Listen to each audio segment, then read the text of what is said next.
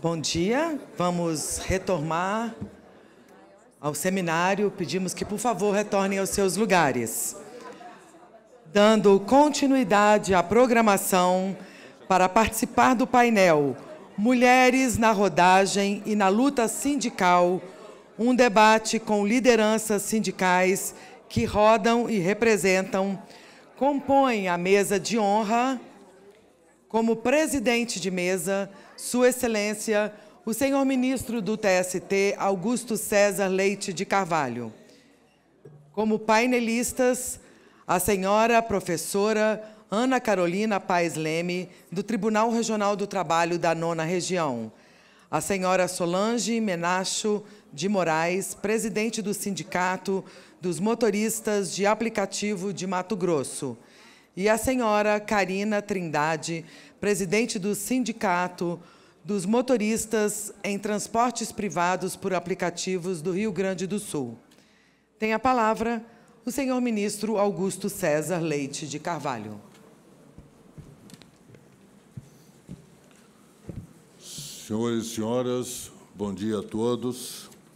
É um prazer estar aqui. Agradeço a nossa Enamat esse honroso convite, na pessoa presente aqui do nosso professor Bruno Rodrigues. Tenho uma satisfação imensa de presidir este painel para todos que estão aqui presentes e também para aqueles que estão online, estão virtualmente, né, conosco aqui neste painel. Eu diria que esse painel tem uma configuração muito inquietante, muito interessante, meu caro Luiz Manuel, porque, afinal, nós teremos não apenas a presença de uma pesquisadora, e uma pesquisadora mancheias, né, como é a doutora Ana Carolina, aquela que tem livros que certamente são lidos e digeridos por muitos de nós. Eu estou entre esses seus leitores, mas a opção de nós termos também, nesse mesmo painel, a presença de pessoas que têm um lugar de fala muito especial, na medida em que estão vivenciando o problema, estão experimentando a realidade daqueles que, de algum modo, se inseriram nesse contexto do trabalho plataformizado.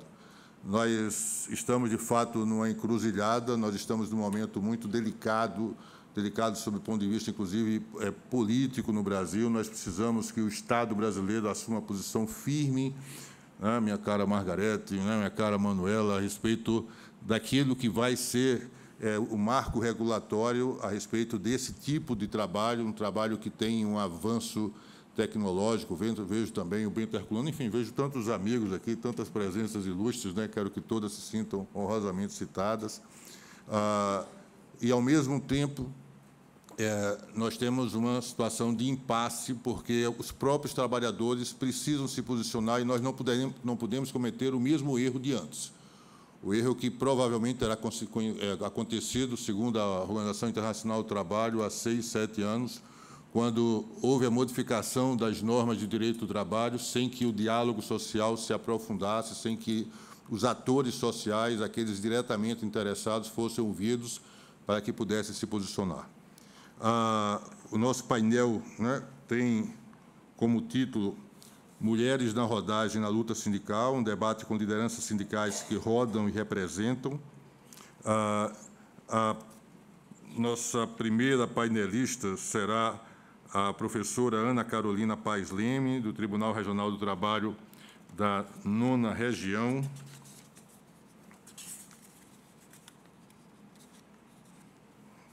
Cujas credenciais eu mencionei há pouco, né, de forma absolutamente espontânea, mas aqui acrescentaria que a professora Ana Carolina é doutora em Direito pela Universidade Federal de Minas Gerais, é servidora do TRT da 9ª Região, autora dos livros Da Máquina à Nuvem e de Vidas e Vínculos, possui um canal do YouTube para divulgação e difusão dos resultados parciais e finais da pesquisa desenvolvida no Programa de Pós-Graduação em Direito da Universidade Federal de Minas Gerais, a UFMG. Eu pergunto à professora Ana Carolina se já não seria o caso de informar, de indicar, né, já que há uma dinâmica diferente, pelo que eu pude perceber, né, um diálogo interativo. Um diálogo interativo. Então, já apresento aqui o currículo, né, da senhora Karina Trindade, tecnóloga em eventos, secretária-geral da ALMA, estou precisando, secretária-geral da ALMA, Associação Liga dos Motoristas de Aplicativos do Rio Grande do Sul, presidente do Sintrapli, do Rio Grande do Sul, Sindicato dos Motoristas em Transportes Rodoviários por Aplicativos do Rio Grande do Sul, sim, Karina, isso mesmo, motorista de aplicativo há 7 anos, integrante da Marcha Mundial de Mulheres. E como haverá esse diálogo interativo, eu já acrescento aqui doutor Josenildo, doutor Francisco também, que vejo, né, representação da 20ª região aqui presente, a senhora Solange Menacho de Moraes, que é presidente do Sindimap, do Mato Grosso, Sindicato dos Motoristas de Aplicativo do Mato Grosso. Com a palavra e com a condução dos trabalhos, a professora Ana Carolina. Bom dia a todas e a todos. Eu estou imensamente feliz de estar aqui ao lado dessas duas maravilhosas que rodam e representam, que é a Sol e a Cacá, e ao lado desse maravilhoso ministro Augusto César, que eu tanto admiro pela sua defesa incansável dos direitos humanos das trabalhadoras e dos trabalhadores. Quero começar agradecendo o convite na pessoa do Dr. Bruno Alves Rodrigues e também da juíza Patrícia Maeda, sob a coordenação do ministro Maurício Godinho. Quero agradecer também o presidente desse tribunal, o ministro Lélio Bentes, cumprimentar todos que estão aqui, estou vendo as mulheres pesquisadoras, Viviane Vidigal, professora Vina Dubal, Nívia Souto-Maior, professora Ana Cláudia, que nos brindou com uma super palestra cheia de dados científicos ontem. Quero cumprimentar também os desembargadores do meu tribunal, doutora Tereza, doutor Aramis, os procuradores do trabalho, doutor Renan, doutor Tadeu, e todas as demais pessoas que estão aqui nos assistindo, presencial e online. Bom, o tema, todo mundo sabe, é um tema quente, é um tema do momento, é um tema que causa muita polêmica e é um tema muito sério. E é muito sério porque, se a definição acerca do enquadramento jurídico desses trabalhadores, dos motoristas e dos entregadores, for o do direito a menos, isso vai prejudicar não só a vida deles, como vai ser uma bola de neve para as demais profissões. Então, o que a gente está discutindo aqui é o futuro do trabalho. Dito isso, vamos começar nosso debate interativo. Eu vou fazer uma pequena introdução, voltar um pouco no tempo, contando da minha pesquisa, e logo depois fazer algumas provocações, porque nada melhor do que a gente ouvir aqui da fonte sobre condições de trabalho, assédios, assaltos, discriminação, organização coletiva e também vínculo de emprego. As duas, além de liderar, além de serem lideranças, elas também são motoristas, assim como todas as demais lideranças. No doutorado, eu fiz uma pesquisa de campo bem abrangente. Eu consegui entrevistar as principais lideranças de motoristas plataformizados e fiz um mapa, consegui mapear 15 entidades sindicais. E todas as lideranças sindicais rodam. Então, é assim, eles trabalham um pouco, vão fazer algum serviço do sindicato. Aí trabalha à noite, faz uma reunião, ou faz uma reunião de dentro do carro, faz uma reunião no Lava Jato. Então, todos eles, quando eles estão falando de liderança sindical, eles também estão falando de condições de trabalho, porque eles vivenciam isso diariamente. Voltando ao tempo, comecei a pesquisar em 2016, e o doutor Bruno lembra muito bem dessa época. O que aconteceu comigo? Eu entrei no mestrado, quase ninguém pesquisava o tema ainda, e aí eu não tinha muita metodologia, não sabia como fazer, e sem falar com a minha orientadora, quero dizer que a minha orientadora aqui foi a desembargadora Adriana Goulart de Sena Orsini, e não foi ela que me deu essa ideia. Eu, da minha cabeça, muito curiosa, ao invés de ir atrás dos trabalhadores, fui atrás da empresa. E eu comecei a consumir campanhas publicitárias, vídeos, eu assistia todas as palestras do CEO, do sócio fundador da Uber. Eu ficava a madrugada inteira assistindo esses vídeos, era assim, carro que voa, caminhão sem motorista, tudo muito sedutor.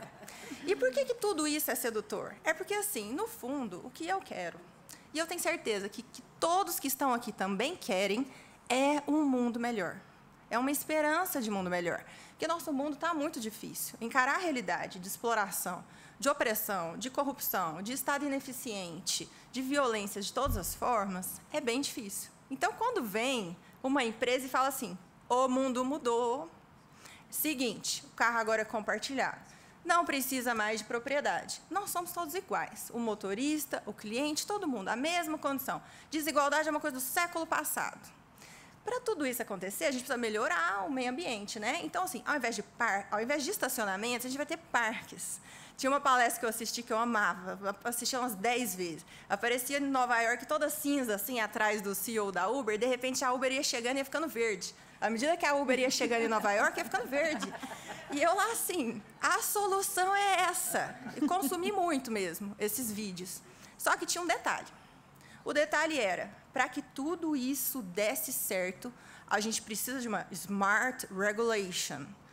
Uma lei nova, que, segundo eles, seria uma lei inteligente, ou uma lei esperta, né, na tradução literal. Porque a legislação existente não serve. E aí eu, doutor Bruno, a CLT está velha, a CLT está ultrapassada. A gente vai ter que dar um jeito nisso.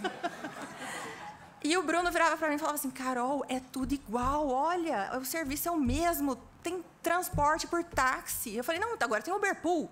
Uberpool? Não, não. Ele falava para mim assim, o táxi lotação. Entra todas as pessoas, sobe, desce, né? Getúlio Vargas, Afonso Pena e Belo Horizonte, isso aí é Uberpool, isso sempre existiu. Não, não. É novo, agora é diferente, e eu fiquei 1 mês e meio desse jeito. Desse jeito mesmo, conversando com todo mundo, querendo convencer, gente, a gente precisa de uma legislação nova. Olha, tá velho, porque o mundo tem que melhorar, o mundo tem que mudar, tem que ser tudo compartilhado. Bom, o que me fez abrir os olhos? Além das conversas com o Dr. Bruno, que não estavam adiantando, porque eu realmente estava capturada na minha subjetividade, o que adiantou foram 3 fatos. Primeiro fato, fui atrás de um motorista lá em Belo Horizonte, que foi o primeiro Uber Black de Belo Horizonte. Falei para ele, faz um grupo de WhatsApp, discute aí o que vocês querem de condições de trabalho, que a gente vai lá para a Califórnia. Eu vou com vocês. A gente vai lá para a Califórnia, a gente vai negociar, tá? Eu sou pesquisadora, a gente vai negociar, eu vou fazer uma mediação, porque, assim, nesse novo mundo, as soluções são mediadas. Né? Não tem mais nada é verticalizado, tudo é horizontal. E aí, assim, vamos fazer essa mediação lá, beleza. Ele chama Marcelo, é o nome fictício que eu uso, né, para protegê-lo. Ele fez o grupo de WhatsApp, passou 3 dias, ele me liga e fala assim, doutora pesquisadora, é o seguinte, eu não estou conseguindo logar no aplicativo. Eu falei, por que não? Não sei. Eu falei, eu também não. Vai lá na empresa e pergunta. E ele foi, tinha uma sede da Uber na Praça da Liberdade, em Belo Horizonte, ele foi, chegou lá, como ele conhecia a pessoa, porque ele foi um dos primeiros motoristas, e na época tinha treinamento, tinha camiseta, tinha tudo. Tinha treinamento, camiseta, balinha, tudo. Todo mundo se conhecia. A secretária falou para ele, eu não vou imprimir para você, porque não me autorizaram te entregar isso aqui, mas eu posso ler. Consta no sistema que você foi bloqueado porque você fez motim. Aí ele me ligou, o que é motim? Eu... Motim? Motim é do direito naval. Não, motim é muito velho, revolta da Chibata, século passado. Não estou entendendo essa empresa. E caiu a ficha. Caiu a ficha que não era muito novo, né? O que eles estavam propondo. Não era muito novo. E o que a empresa fez ali foi uma conduta antissindical muito séria contra o embrião do movimento sindical, contra a sementinha, contra o que um dia poderia vir a ser uma associação e talvez poderia vir a ser um sindicato. Eu fiquei assim, que é isso, Bruno? Vamos lá fazer um livro, um congresso, vamos escrever sobre isso, porque todo mundo tem que saber. Esse motorista, ele desistiu, claro, né, de ser liderança, ficou com medo. Ali a Uber conseguiu realmente abafar uma organização coletiva. E aí eu tive acesso aos inquérito civil e investigação do Ministério Público do Trabalho como pesquisadora. Então, na época, lá em 2016, o Ministério Público do Trabalho já estava investigando a Uber. E o que eles fizeram? Eles requisitaram informações para o Ministério do Trabalho, pedindo uma lista dos ex-empregados que tinham sido contratados e tinham um contrato extinto no último 1 ano e meio. Então, eu estou falando aqui de empregado CLT. E aí veio essa lista, tinha gerente de marketing, gerente de operação, gerente de logística e o gerente geral. Essas pessoas foram chamadas, compareceram ao Ministério Público do Trabalho, prestaram depoimentos. O que eles falaram? Eles contaram tudo. O gerente de logística, ele falava o seguinte, olha, o algoritmo ele é completamente manipulatório. Quando os motoristas estão chegando lá na praia, se eu quero que eles voltem para cá, é só mandar uma mensagenzinha assim, o parque tal está cheio de visitantes, não tem táxi para levar eles embora. O que vocês acham de ir até o parque tal? Ou senão eles induziam um comportamento assim, ó, 60% da base já aderiu ao Uber Pool, você vai ficar de fora? E eles diziam que essas mensagens pareciam bobas, mas que realmente eram comandos, porque induziam comportamentos. Isso em 2016. Além disso, o gerente geral, questionado sobre como que era a forma de pagamento, ele falou que a tal da tarifa, né, que a gente sabe que na verdade é um salário, mas eles chamam de tarifa. Por que eles chamam de tarifa? Para desenquadrar do direito. Porque tarifa no direito do trabalho não significa nada. Salário no direito do trabalho significa assalariamento, vínculo de emprego. Daí eles chamam, então, o valor que eles pagam para os motoristas de tarifa. E aí, esse gerente geral da época, que ele se considerava o CEO do Brasil, contou que o salário, né, ou a tarifa, era calculada com base em um salário mínimo e uma jornada de 8 horas e 44 horas semanais. Isso quer dizer que, desde 2016, a Uber já sabia que o que ela estava fazendo ali era um assalariamento. E para que os motoristas conseguissem ganhar mais do que um salário mínimo, eles teriam que trabalhar mais do que 8 horas e mais do que 44 horas semanais. Então, assim, ali, pelos depoimentos que eu vi, eu já percebi. Falei, olha, mas e aí? Como é que ela consegue dar esse nó na cabeça de todo mundo? É muito marketing, é muita manipulação ideológica, é manipulação linguística. Trocar as palavras faz muita diferença. Eu falar para você, olha, eu estou te dando uma promoção, só que, na verdade, é uma meta. Promoção, a pessoa vai atrás da promoção e, se ela não conseguir, a culpa é dela. Ninguém tem nada a ver com isso, a empresa tem nada a ver com isso. Meta, já aí é uma ordem, já aí liga a subordinação. E, além disso, o terceiro fato é o da manipulação da jurisprudência. Que, quando eu estava no final do mestrado, por coincidência, eu não estava buscando isso, mas por coincidência, eu verifiquei que os dados que eu tinha ali na minha frente, estava faltando alguma coisa. Porque como é que foi isso? Os primeiros motoristas que entravam na justiça, eu gravava o nome deles, os primeiros reclamantes. Né? Eu tinha uma agendinha que eu anotava assim, o Arthur, o Wagner, que foram os primeiros que entraram na justiça. E aí eu fiz a pesquisa na jurisprudência, pedindo certidões eletrônicas de ações trabalhistas de todos os motoristas que tinham entrado na justiça contra a Uber até julho de 2018. Na minha lista apareciam 137, que já era um número muito baixo, que mostrava que realmente que o marketing influenciava até os próprios motoristas, que não sabiam que eles eram empregados, né, e, portanto, nem questionavam, nem iam na justiça, mas que ali naquela lista não estava o Wagner, não estava o Arthur, e fui manualmente procurar esses processos, eles estavam arquivados. E em todos eles tinham um acordo. E em todos eles o acordo era num valor muito, muito próximo do pedido. No processo do Arthur, por exemplo, ele pediu 24 mil na petição inicial. Um dia antes da sessão de julgamento, e esse processo, em primeira instância, ele perdeu. A sentença era de improcedência. Segunda instância, caiu na primeira turma de Minas, onde estava o desembargador José Eduardo Rezende Chaves Júnior, que é o Pepe Chaves, que era conhecidíssimo por pesquisar o tema. Fizeram um acordo antes da sessão de julgamento por 22.900 para o Arthur, mais 2.900 de honorários advocatícios, ou seja, qual empresa que vai na Justiça do Trabalho e faz um acordo pelo mesmo valor que o reclamante está pedindo? Ali ficou claro que ela queria o quê? Esconder, né? Abafar esse processo e manipular a jurisprudência, direcionando para onde ela quer. E de que forma que ela faz isso? Ela pesquisa a pessoa do julgador. Se cair no doutor Bruno, não, vamos fazer acordo. Se cair na doutora Priscila, não, a Priscila é liberal, acho que a Priscila não daria o vínculo. E daí deixa o processo seguir, é exemplo. Então, ela olha a pessoa do julgador e não deixa que apareça a realidade. Isso fere o acesso à justiça de morte, porque o trabalhador ele olha para a justiça e já fala assim, não, aquela justiça ali não me reconhece como empregado, aquela ali também não, o que eu vou fazer lá? Né? Além de interferir no Poder Judiciário, de impedir que os juízes façam o que eles precisam fazer, que é dizer o direito, né? Ainda interfere demais no acesso à justiça. Bom, aí com isso tudo eu fui para o doutorado com uma convicção muito grande, e se confirmou com toda a minha pesquisa de doutorado, que é o seguinte: a disrupção da Uber, da 99, ela nunca foi da tecnologia. A disrupção delas está na violação do direito. Elas são lawbreakers, ou seja, elas estão o tempo inteiro violando o direito. E, para isso, elas precisam de um ambiente, às vezes, de criar uma lei, às vezes, de afastar uma lei. Com relação aos transportes, ela conseguiu criar. Fez porque fez lobby e conseguiu a tal da lei do Uber, que permite o transporte privado de passageiro desde que por aplicativo. E ela conseguiu manipular até a competência, porque ela jogou a competência para o município. E, com relação à lei trabalhista, ela criou uma suposta ausência de lei. Então, um ambiente em que todo mundo fala, precisa de regulamentação, não tem lei, a lei está velha, a lei está ultrapassada. Então, isso tudo foi muita manipulação linguística, ideológica, da jurisprudência, para chegar nesse ambiente de suposta ausência de lei. E daí eu pensei, e agora, né? E os trabalhadores, cadê eles? E fui buscá-los.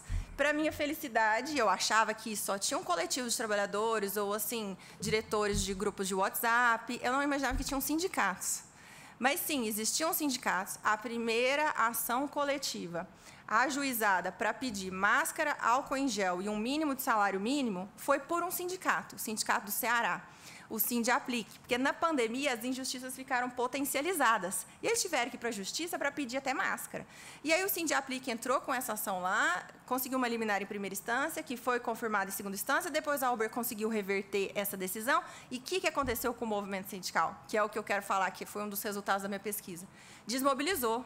Os motoristas lá acharam que ou o sindicato tivesse comprado, ou que o advogado do sindicato tivesse sido comprado. Então, as decisões judiciais, elas influenciam tanto no alavancamento, quanto na desmobilização da organização coletiva.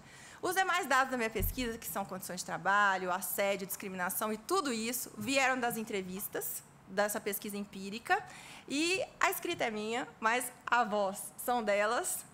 Nada melhor, então, do que a gente ouvir aqui ao vivo, que hoje a gente tem um privilégio de ouvir essas duas pessoas que, além de vivenciar o dia a dia, ainda estão aí representando quase que umas 6 milhões de brasileiros. Bom, vamos começar o nosso debate com a Sol? Pode ser? Sim. A Sol, eu fiquei muito feliz quando eu fui entrevistá-la, porque eu tinha entrevistado o Sindicato do Ceará, e aí, com essa questão aí que eles perderam a ação na justiça, eles ficaram com 14 filiados. Então, eu fui entrevistar a Sol, falei, ali deve ter 50, né? Mato Grosso, Cuiabá, acho que ela deve ter uns 50 filiados. E aí começou a entrevista, ela me falou que tinham 18 mil filiados. Eu falei, não, me conta, como é que foi que você conseguiu levantar esse sindicato com 18 mil filiados? Num ambiente que está todo mundo aí jogando pedra em sindicato, que não tem custeio, que não tem financiamento sindical. Fala um pouco para a gente, Sol, então, por gentileza, como que foi essa organização coletiva, como você foi parar no mundo da rodagem e da representação. Bom dia a todos. Em nome do Dr. Bruno, muito obrigada pelo convite. Ministro, muito obrigada. Carol, pelo apoio que você dá pela categoria do motorista. Lá no meu estado, nós começamos a nossa luta sindical, como qualquer estado, com receio de começar um sindicato, né? Mato Grosso começou um sindicato por uma injustiça cometida a um motorista por aplicativo, e nós começamos a alimentar a ideia de colocar uma cooperativa, uma associação, talvez um sindicato. E nisso aí a gente começou a levar na noite para os motoristas, tentando mostrar que havia necessidade de ter um líder, de fato, que representasse a categoria. Com isso aí, depois de 6 meses, lançamos uma eleição para formalizar o sindicato, Sindimap. Saiu 2 nomes, e quando foi para registrar os 2 nomes a candidato, para minha surpresa, os motoristas lançaram o meu nome. Eu não gostaria, na época, não era minha intenção vir candidato, até mesmo apoiaria e estaria do lado de quem fosse eleito. Por ironia do destino, eu não acreditava na minha eleição, porque eu não fiz campanha, não fiz nada. Fui para a eleição de bermuda, camiseta e chinelo, e saí de lá eleita. Sou a única presidente que não tem foto de posse. E a nossa luta começou. Como é que iria começar um sindicato, se na época já já tinha aquela história, sindicato vem para tirar do trabalhador, o sindicato só quer politicagem, então nós precisávamos arrumar a casa do motorista, mostrar por que o sindicato veio. E assim a gente começou o trabalho. Indo para posto de gasolina, já era motorista há 2 anos, então eu já sabia muito bem o que o motorista sentia, mas eu precisava ouvir os meus parceiros. E foi o que foi feito. E a gente foi mostrando trabalho, foi mostrando que o sindicato veio para lutar pela categoria, que eu estaria no dia a dia com eles, e nós fomos agregando. Eu não digo que nós somos sindicalizados, nós somos cadastrados. Por que nós somos cadastrados? Eu não quero que ninguém veja o sindicato do Mato Grosso, eu falo pela minha terra, como se o CPF que tivesse por trás da liderança do sindicato, ele quisesse benefício próprio. Nós não temos esse intuito. Como também a Karina pode falar depois, que hoje é a visão que a gente já tem da visão diante da FENASMAP, que é a federação que todos os presidentes dos sindicatos participam. Nós visamos a categoria, sim. E, nisso, a gente foi agregando, foi chamando. Tem muito motorista a ser chamado, tem muito a ser feito. E nós estamos nessa luta, Carol. Mais uma vez, muito obrigada. De nada. Cacazinha, pode contar para a gente como foi sua experiência? Eu lembro que tinha algo relacionado a emprego formal, a sua condição de vida. Isso. Quero agradecer a todos pela participação, ao Bruno, pelo convite, à doutora Carol, ao ministro também por essa oportunidade de mostrar aos magistrados aqui, a quem está presente e quem está online também, a realidade do motorista e da motorista de aplicativo, principalmente nós, mulheres, que sofremos um pouquinho mais por ter a casa para cuidar, por ter os filhos para cuidar, por ter toda essa gestão que a gente tem, além de trabalhar 12, 14 horas por dia e ainda estar à frente de um sindicato. Eu fiquei desempregada e meu irmão já fazia aplicativo há alguns meses e eu tinha um carrinho que entrava na Uber e ele me convidou para ser Uber e eu... não sei se eu vou conseguir fazer, mas tudo bem, vou me inscrever e vou tentar. E aí tinha toda aquela promessa, né? Tu faz um valor bom, tu entra na plataforma e tu vai fazer milhões, vai ficar rica, dona do próprio negócio, empreendedora. E eu fui lá pensando assim, não, vou começar ali, se não der certo, eu vou tentar um outro espaço. E comecei a fazer aplicativo. As primeiras semanas foram bem complicadas. Voltava para casa chorando, dizia para minha mãe, isso não é para mim, imagina botar uma pessoa que eu não conheço dentro do meu carro. Porque, quando a gente entra na plataforma, apesar de eu começar lá no início, já não tinha mais aquele cursinho que a Uber dava no início, que conversava com os motoristas, que explicava como que a gente podia começar a fazer aplicativo, como atender um motorista, como atender o passageiro. Então, a gente vai cru para a rua. A gente entra na plataforma, tu mal sabe ligar e desligar um aplicativo, tu mal sabe cancelar uma corrida, tu mal sabe se aquela corrida é boa para te fazer ou não é. E, principalmente, quando a gente começou anos atrás, a gente não sabia nem para o lugar para onde a gente ia, quem que a gente ia pegar, nem nota do passageiro, quase nada aparecia para nós. E, com a luta, durante os anos, a gente foi exigindo das plataformas que essas informações fossem aparecendo no aplicativo.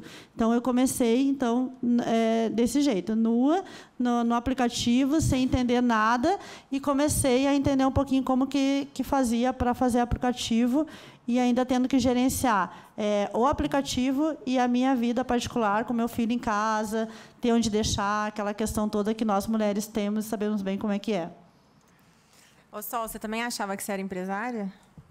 Como todos os motoristas que ainda entram, né, na plataforma, tem a falsa ilusão de ser dono do seu próprio negócio, né? Eu me lembro, na época que eu entrei, eu tinha recém-fechado uma empresa de confecção, porque não dava mais. Era tanto imposto a pagar que era melhor fechar, porque eu estava trabalhando já só para pagar. E, logo depois, saiu o aplicativo, a Uber entrou no estado de Mato Grosso. Aí um amigo meu falou, é um bom negócio. Aí eu fui lá ver as propagandas, né? Como a Cacá falou, gente do céu. Eu achei que em 6 meses eu estaria milionária. Falei, eu vou debruçar nesse volante aqui, em 6 meses, eu estou trocando de carro e vou pagar à vista. Que ilusão. Eu entrei para ali, a gente não sabia nem como é que ligava, Pepe, a verdade é essa. O Uber fez um cursinho lá, quando começou, em algumas capitais. Como Mato Grosso é lá embaixo, ele falou assim, ó, deixa Mato Grosso aí que o povo pena mais um pouquinho. E nós penamos mais ainda. Eu me lembro que eu entrei, tudo quanto é corrida que aparecia, eu queria ganhar dinheiro. E ela tinha dinheiro para dar, hein? Mas também roubava. Da mesma forma que rouba hoje. Mas, na época, a gente ainda podia dizer que ganhava até mais, né, Cacá? E, nisso aí, ele vai iludindo o motorista. E isso, hoje, é muito pior. Desde a época que nós entramos, nós já éramos funcionário. E a gente tinha a falsa ilusão de ser empresário. Porque ela dizia, você faz o seu horário, você vai para casa a hora que você quer, a hora que você quiser começar. Mas, se você não trabalhar arduamente, você não vê o teu dinheiro. Fora que ela diz para nós, né, aquela propagandazinha dela, você está offline, por quê? Se você está em alta demanda. Ela está induzindo o motorista que, naquele momento, tem altas corridas, que eles falam dinâmica, que a gente usa outro termo hoje. Não existe mais dinâmica. Existe uma dinâmica picolé bem irrisória, né? Só mesmo para nos iludir. R$ 2,50, R$ 3, ela dá para a gente se deslocar até o passageiro. E nós continuamos nessa.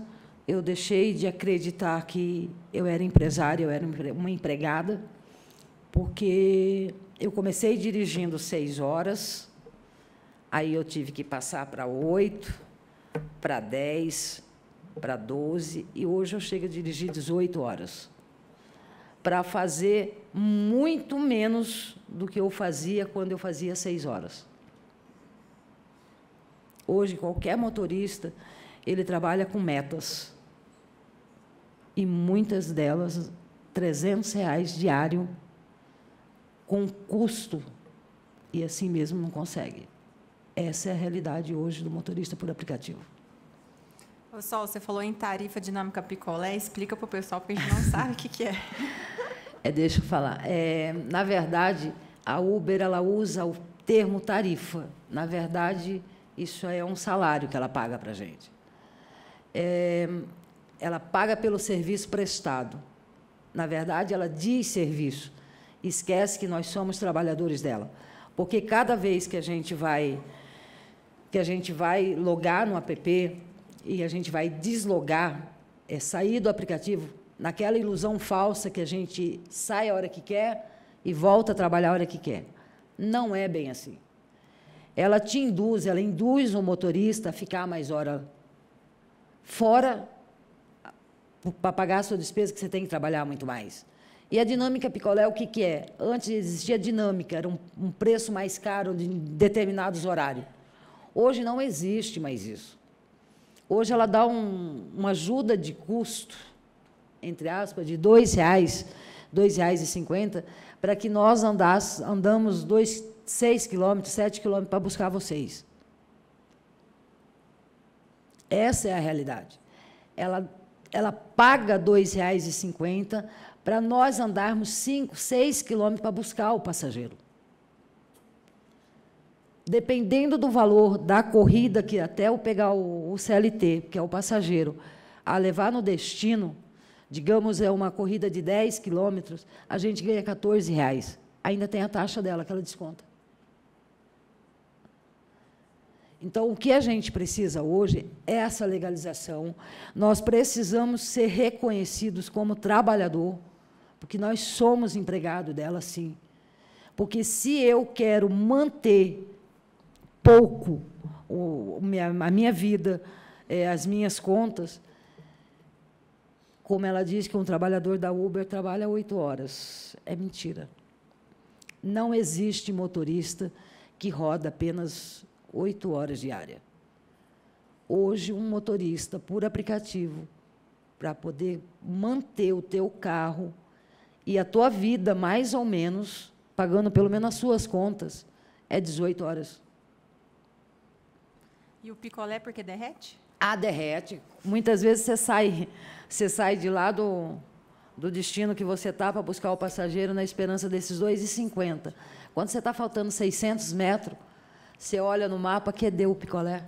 Já foi, derreteu.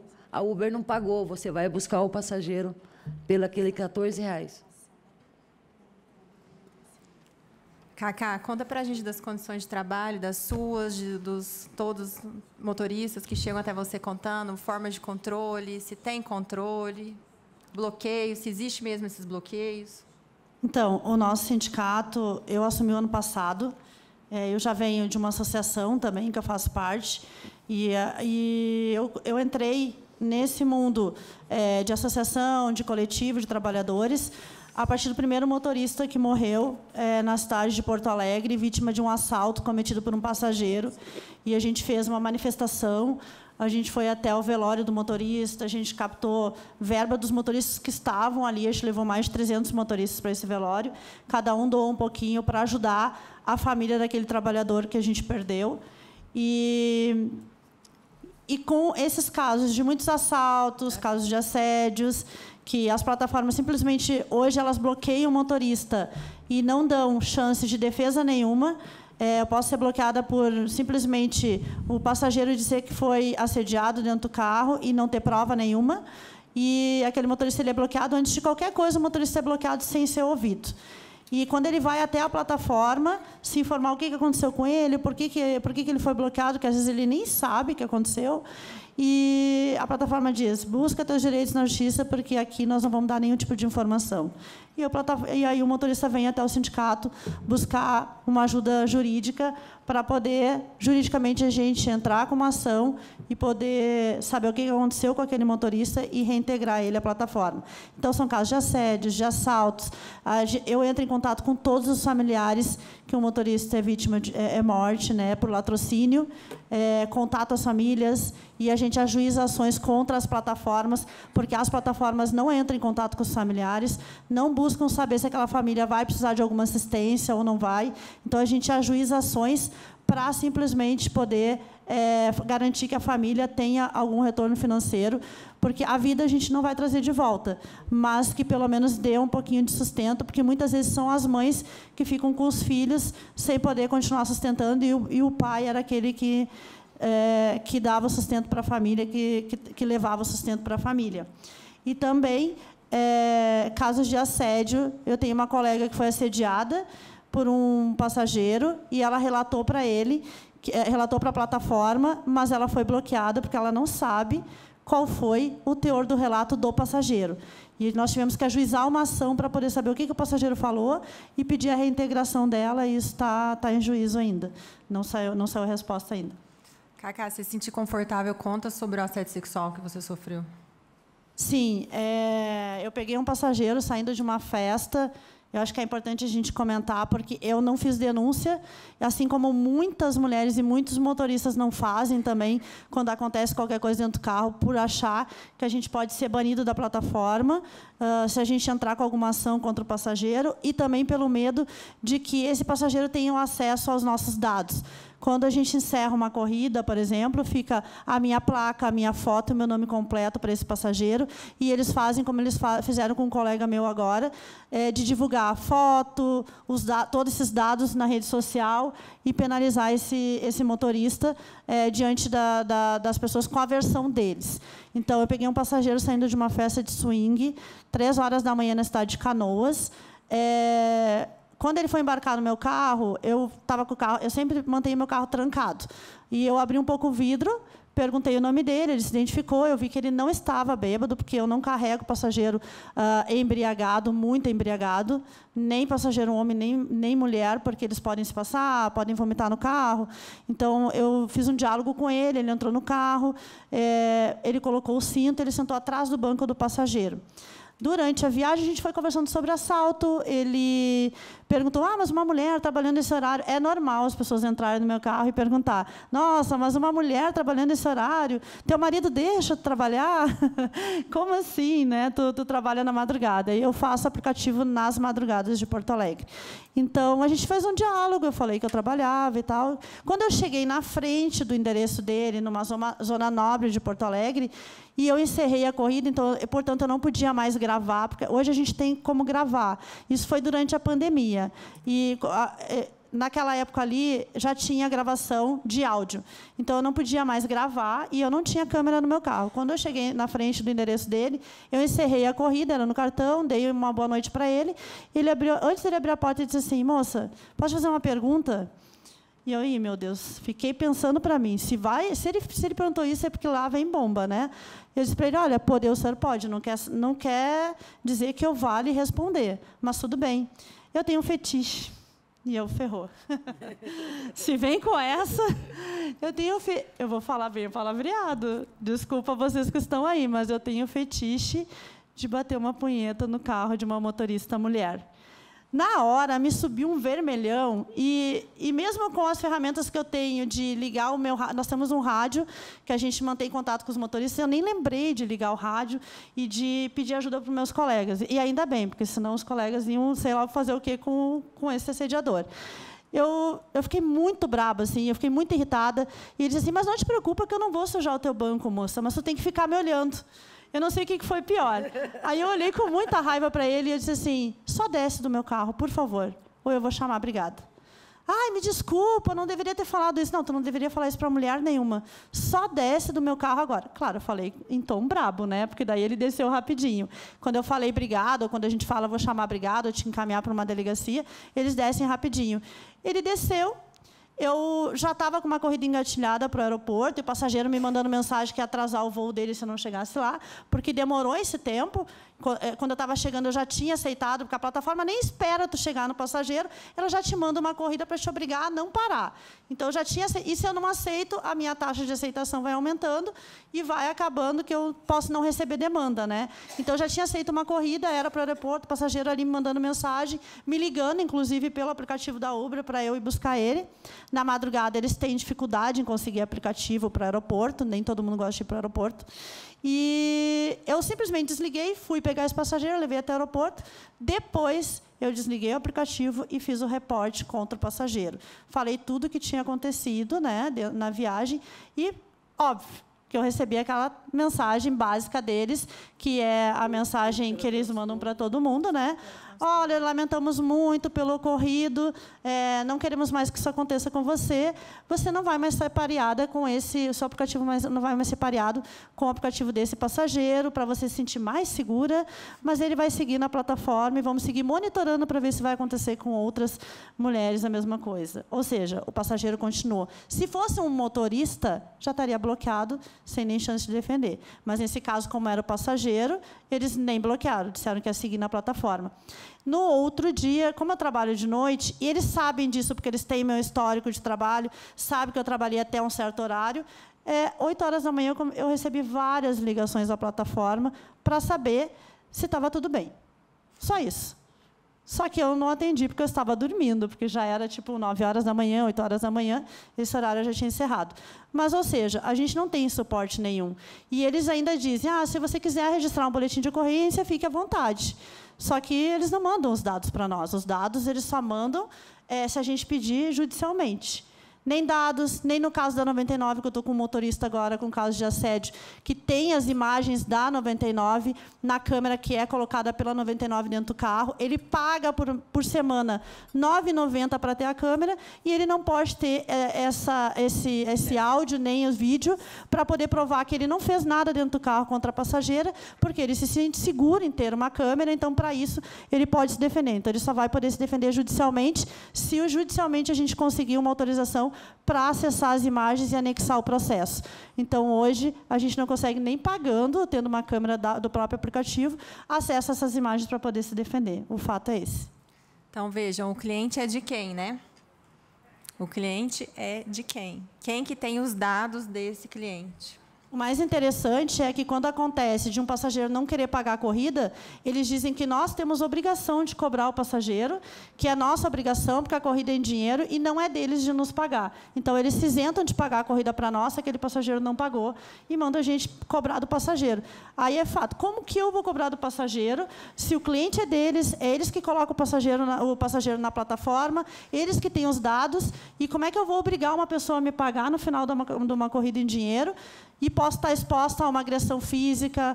Verbal é o menor dos problemas. Os problemas é uma agressão física no final dessa corrida, porque ele não quer pagar, e eu vou ficar ali. Vou fazer o quê contra o passageiro? Se eu for mais firme na posição de cobrar, o passageiro vai relatar qualquer coisa que eu possa ser bloqueada. Ou seja, você não pode nem agir, né? Nem se defender. E eu não ia pesquisar violências de gênero, mas depois de entrevistar a Cacá, não teve como abordar isso na minha tese de doutorado. E aí eu pesquisei outras pesquisas, tive acesso a outras pesquisas, como da Maíra Morato, como da Maria Júlia Tavares, Maria Júlia orientada pela professora Ana Cláudia, e verifiquei que era muito comum, que essa situação que a Cacá vivenciou era realmente muito comum. E, diferentemente das propagandas, né, porque nas propagandas as plataformas vendem que para a mulher é uma emancipação. Tem até uma da Uber que foi gravada no Brasil, em Curitiba, que chama Pelo Nome de Fernanda. Eu sugiro que vocês assistam, só para ver como é falsa. A Fernanda fala que tinha divorciado, que tinha sofrido violência do marido, que achou a Uber, que agora estava com trabalho, que ela podia buscar o filho na escola, podia tomar chá no meio do dia, e que ela tinha um trabalho seguro, e que confiança começa pelo nome Uber. Então, não é nada seguro e, a meu ver, coloca a mulher numa situação de vulnerabilidade até maior do que ela estava anteriormente a dirigir para a plataforma, e de forma completamente irresponsável. Qual a segurança que a gente tem ao buscar um passageiro que a gente não sabe quem é, que a plataforma não nos passa maiores dados a não ser um nome, e quando encerra a corrida, eu não fico nem com o endereço do passageiro, nem nada, até acho justo, porque eles dizem que isso é por causa da lei de proteção de dados, mas só vale para o passageiro, porque depois que eu encerro a corrida, meus dados ficam disponíveis para o motorista, e o motorista faz o que ele quer. E já tive casos de motorista que foi acusado de sequestrar uma menina. Ele levou a menina para A menina chamou a corrida, ele deixou ela num determinado lugar, e 10h30 da noite, a família dele, pelos dados da placa, conseguiu acesso ao endereço dele e foi até a casa dele para saber se ele estava com a menina na casa dele. O motorista estava dormindo, nem sabia o que estava acontecendo, e, nesse meio tempo, já estava rolando nas redes sociais que ele era um motorista que tinha sequestrado a menina, e já estava todo mundo atrás do motorista. Se esse motorista estivesse rodando, já poderia ter algum justiceiro chegar e fazer alguma coisa pela integridade desse motorista, contra o motorista. Então, ao chegar lá, os familiares entenderam que ele largou a menina em algum lugar, conseguiram, com o desenrolar da história, voltar até a delegacia, levaram ele para fazer depoimento. No outro dia de manhã, encontraram a menina em outra cidade. Ela simplesmente foi dar um tempo de casa porque não aguentava a pressão dos pais. E botou a vida de um motorista em risco, simplesmente por largarem na rede social. E a gente teve que ajuizar uma ação contra os familiares, porque isso rodou porque a rede social ela dissemina de uma forma, quando é caso de violência, quando é caso de sequestro, de uma forma assim, muito rápida. E aí, quando é o contraditório, já não é da mesma forma, porque daí não há interesse em dizer que aquilo ali é mentira. Veja, Cacá, mas não foi a menina que colocou ele nessa situação, né? Quem fez isso foi a organização produtiva que está controlando todo esse trabalho prestado. Foi a organização produtiva, a plataforma que colocou aquela pessoa dentro do carro, que deixou em tal lugar e que depois não deu a menor assistência. E deixou os dados do motorista disponíveis. Essas Na empresas, verdade, Carol, a Cacá pode confirmar, os nossos dados continuam. Do passageiro, a gente não tem foto, a gente não sabe aonde que é que a gente vai buscar, nada disso. A gente tem a direção da onde, depois que você aceita a corrida, aonde você vai buscar. Mas quem é? Muitas vezes chama como a Fernanda, por exemplo. Chega na hora, é o José que vai entrar. A gente não sabe, na real, quem é que a gente vai buscar. Está nome de mulher, vai buscar homem, está nome de homem, vai buscar mulher. Então, a gente só sabe, real, quem vai entrar no nosso carro a partir do momento que chega. E vocês sofrem preconceito? Olha, já vou dizendo de antemão, eu sou homossexual assumida, e eu sofri isso na pele, por várias e várias vezes, que a gente chama de preconceito de bandeira branca. Por que preconceito de bandeira branca? As pessoas omitem o preconceito. Ele não vai lá na plataforma te dar uma estrela porque teu carro não está em condições de andar, porque teu carro não está limpo. Não. Ele te avalia pela tua orientação sexual. Isso sem você ter assunto sobre isso. Eu sou uma pessoa dentro do carro extremamente profissional, é bom dia, boa tarde, é destino tal, a não ser que o passageiro me fale alguma coisa para me responder. E eu fui avaliada várias vezes. E a gente sabe quando vai ser avaliada pela tua orientação sexual. Isso eu sei, amigos meus que são homossexuais passam por isso. Acredito que na tua terra também, né, Cacá? Vem acontecendo isso a nível Brasil. É um preconceito branco, como também tem com o motorista que tem a pele escura. A gente sabe quando alguém como nós, motorista de aplicativo, brancos, né? E um passageiro entra e ele fala assim, mas hoje eu peguei um motorista da cor, um motorista pretinho, só tinha o dente de branco. Cara, isso dói para a gente. Nós, como presidente de sindicato, não é bom a gente ouvir falar do nosso parceiro dessa forma. E eu, na época que eu venho sentindo, ainda sinto ainda como homossexual com o passageiro, não com os motoristas. Graças a Deus, a gente conseguiu, no sindicato, eles até esquecem a minha orientação, porque eu brinco, eu converso, o meu dia a dia é com eles. Você entendeu? Eles são mais a minha família do que a minha família mesmo. Eu passo com ele 18 horas. E com a minha família eu chego, dou boa noite, vou deitar e amanhã cedo é bom dia, eu vou trabalhar de novo. Conta então, onde que são as reuniões do sindicato? Nos postos de combustível, Lava Jato. O sindicato não tem sede, tinha uma sede, aí começou a tumultuar e eu achei melhor fechar ali e o sindicato ia onde está o motorista. A gente se encontra em posto de combustível, Lava Jato. Hoje a gente tem parceria com um posto de combustível que colocou para a gente uma sala com água, café. Nós temos umas cadeiras para sentar, um micro-ondas. Então, a gente reúne no posto, né? Onde o motorista está diariamente. É posto de combustível, Lava Jato, embaixo de uma sombra. Nossa vida é assim. Quando a gente não está rodando, é parado, né, Cacá? Junto da nossa massa, né? Nossos irmãos que a gente roda. Lá em Mato Grosso não é diferente. Eu procuro estar... Eu até gosto, para falar a verdade, esse negócio de ficar trancado, para mim, não... Só basta dentro do carro no ar-condicionado. Mas, no meu dia a dia, é muito bom quando eu estou nos postos de combustível ao lado dos motoristas, porque eu estou ouvindo eles muitas coisas. Eu posso não passar, mas o meu parceiro, ele passa, e é uma vivência de dia a dia. Deixo convidar todos que tiverem a oportunidade. Mato Grosso é uma terra muito boa. E se quiserem estar lá para conhecer o nosso Sindimap, desde já estejam todos convidados. Sol, você lembra quando eu te perguntei sobre ações políticas? Porque ela me disse assim, primeiro tem que arrumar a casa do motorista. E ela contou tudo que eles fizeram lá para realmente arrumar a vida do motorista, para ele ter condições de trabalhar. Daí eu perguntei sobre a ação política e ela falou assim para mim, como é que vai com o carro batido lá na Faria Lima, atrás da Uber? Fala um pouquinho sobre isso. É assim, como é que é arrumar a casa do motorista? Lá atrás, os sindicatos, as pessoas viam o sindicato como obra assistencial, e não é. Mas a gente procura, de alguma forma, tentar ajudar o motorista que está na rodagem. Hoje, como eu falei agora há pouco para vocês, os nossos ganhos é muito pouco. Na pandemia, a gente passou por perdas enormes, tanto de família como de motorista por aplicativo, de não ter nem o caixão.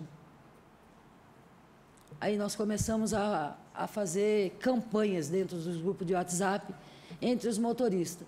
Coisa que era para o governo, para as empresas fazerem, somos nós que temos que fazer.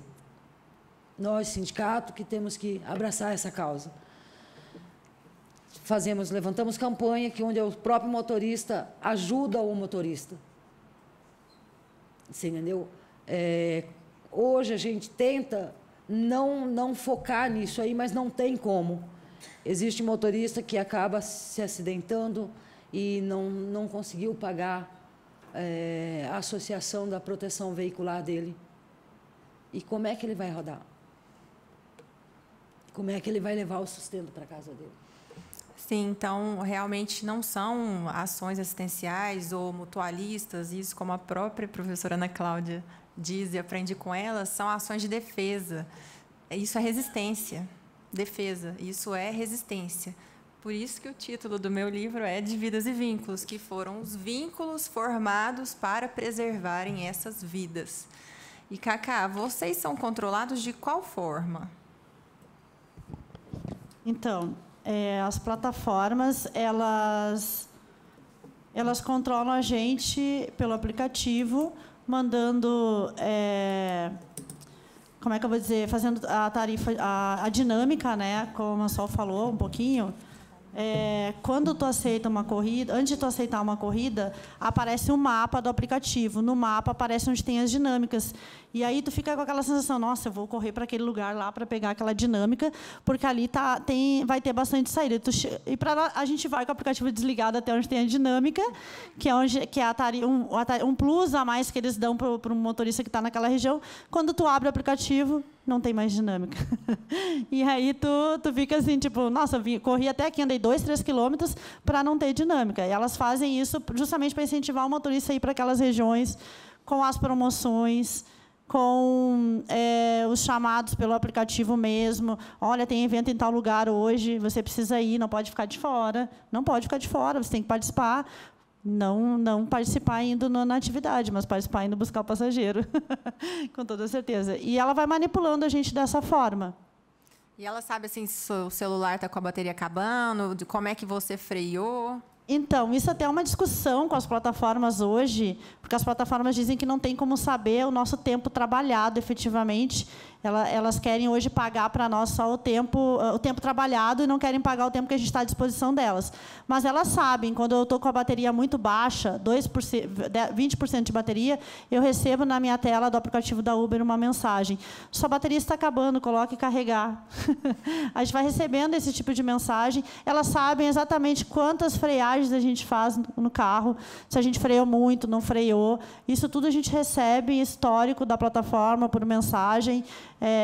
Esse tipo de informação.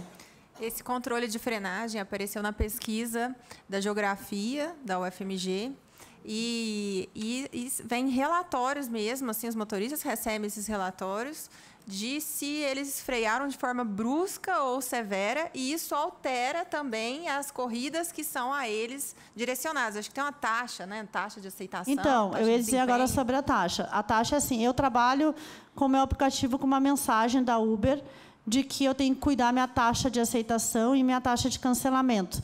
Se a minha taxa de cancelamento está muito alta e de aceitação está muito baixa, eu posso ser banida da plataforma. E é essa mensagem que eu trabalho no meu aplicativo. Todos os dias, quando eu ligo o meu aplicativo, ele fica aquela mensagenzinha no canto. Então, o aplicativo fica online. É que eu não trouxe meu celular, que está o aplicativo. Acho que até perdi o celular. Mas eu estava procurando no hotel hoje, acho que eu perdi. Que eu queria mostrar essa taxa. Ele fica do ladinho da onde fica o botãozinho de ligar e desligar o aplicativo. Eu trabalho todos os dias com aquela ameaça da plataforma de que eu posso ser banida a qualquer momento se as minhas taxas não melhorarem e que eu não vou receber promoção também se as minhas promoção, e eu posso voltar a receber uma demanda maior se as minhas taxas melhorarem. Isso que eles colocam no aplicativo. Aí foi legal você tocar no assunto da promoção. A promoção é mudar de ouro para diamante, aí você consegue direitos ou desconto na academia? É isso daí. Então, tu faz 500 corridas para garantir que tu vai ter um desconto na academia e que tu vai ter um pouco mais de demanda. A Sol me mostrou aqui, mas não é essa aqui. Essa aqui é do aplicativo mesmo, né? Quando tu liga o aplicativo lá no Rio Grande do Sul, a gente fica com uma mensagenzinha do lado sobre as taxas, porque minhas taxas não são muito boas. Eu escolho... deveria ter esse direito de escolher as corridas que eu quero fazer. Só que a gente não tem, porque se a gente ficar escolhendo muito corrida, eles param de mandar a corrida, tu fica ali com o bloqueio branco, que a gente chama, que é não ficar total offline. Mas tá offline numa região, por exemplo, um jogo de futebol. Esses dias o pessoal me relatou. Estava todo mundo online na saída do jogo de futebol, e o meu colega, todo mundo recebendo corrida, e meu colega não estava recebendo, porque ele tinha recusado muitas corridas antes de chegar naquela região. Aí desligou o aplicativo, chegou lá, ligou, e ele ficou quase 1 hora sem receber demanda do aplicativo da Uber. Então, eles penalizam o motorista dessa forma, com bloqueio branco. E como que foi o seu bloqueio na 99? Agora vocês vão dizer assim, sério, mas acontece isso dentro de um carro de aplicativo? Gente, é tanta coisa que acontece que vocês não têm noção.